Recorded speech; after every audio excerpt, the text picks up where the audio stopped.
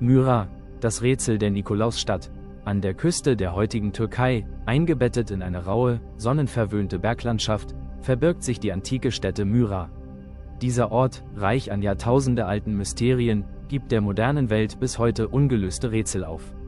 Ein markantes Merkmal, das dem Betrachter bereits aus der Ferne ins Auge fällt, sind die monumentalen Felsengräber. Wie Schwalbennester klammern sie sich an die steilen, schwindelerregenden Felswände und wurden mit unglaublicher Präzision direkt in den massiven Stein gehauen. Die Lykier, ein stolzes und faszinierendes antikes Volk, hegten den tiefen Glauben, dass geflügelte Wesen, oft als mystische Vogelmenschen dargestellt, die Seelen der Verstorbenen in den Himmel tragen würden. Diese feste Überzeugung führte dazu, dass Gräber umso höher im Fels angelegt wurden, je bedeutender die Person war, um die Reise der Seele in das Jenseits zu verkürzen.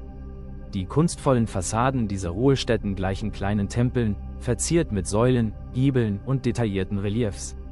Einst erstrahlten diese Steinmetzarbeiten in leuchtenden Farben, doch auch in ihrem heutigen, verwitterten Zustand zeugen sie von der immensen Bedeutung dieser Stätte und lassen über die Identität der dort bestatteten Herrscher und Familien nur staunend rätseln. Unweit der schweigenden Felsen erhebt sich ein weiteres architektonisches Wunder, das von der gewaltigen Bedeutung Myras in der römischen Epoche zeugt. Ein meisterhaft konstruiertes Amphitheater. Mit seinen weitreichenden, aus Stein gehauenen Sitzreihen bot es in der Blütezeit der Stadt über 10.000 Menschen Platz. Wer heute in der Mitte der weitläufigen Arena steht, kann noch immer die Brillanz der antiken Akustik erahnen.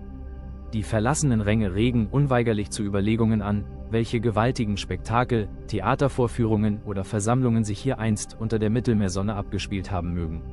Es war das pulsierende Herz der Stadt, ein Ort, an dem sich die Stimmen der Vergangenheit auf faszinierende Weise zu bündeln scheinen. Doch Myra ist nicht nur ein Schauplatz antiker Mythologie und römischer Baukunst.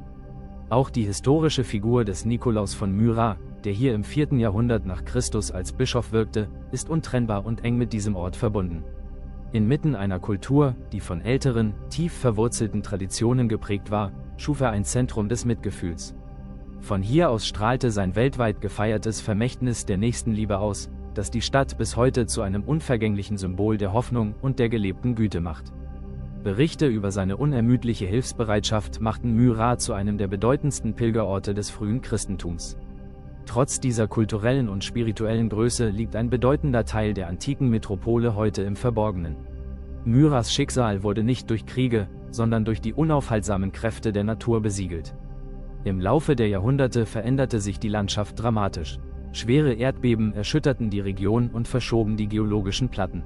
Begleitet von massiven Überschwemmungen führten diese Erschütterungen dazu, dass gigantische Schlammmassen des Flusses Myros die Stadt im 11. Jahrhundert fast vollständig unter meterhohem Schlick begruben.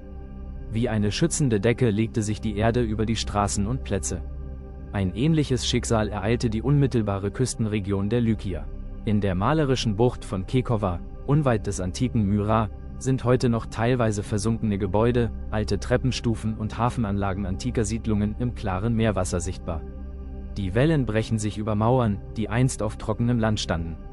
Angesichts dieser gewaltigen Veränderungen durch Erde und Wasser bleibt die spannende Frage, was wohl noch heute unentdeckt unter den tiefen Sedimentschichten der modernen Anbauflächen oder im kristallklaren Wasser des Mittelmeers verborgen liegt und auf seine Entdeckung wartet. Ein Großteil der Geschichte schlummert noch immer unberührt im Boden. Myra schweigt auf den ersten Blick.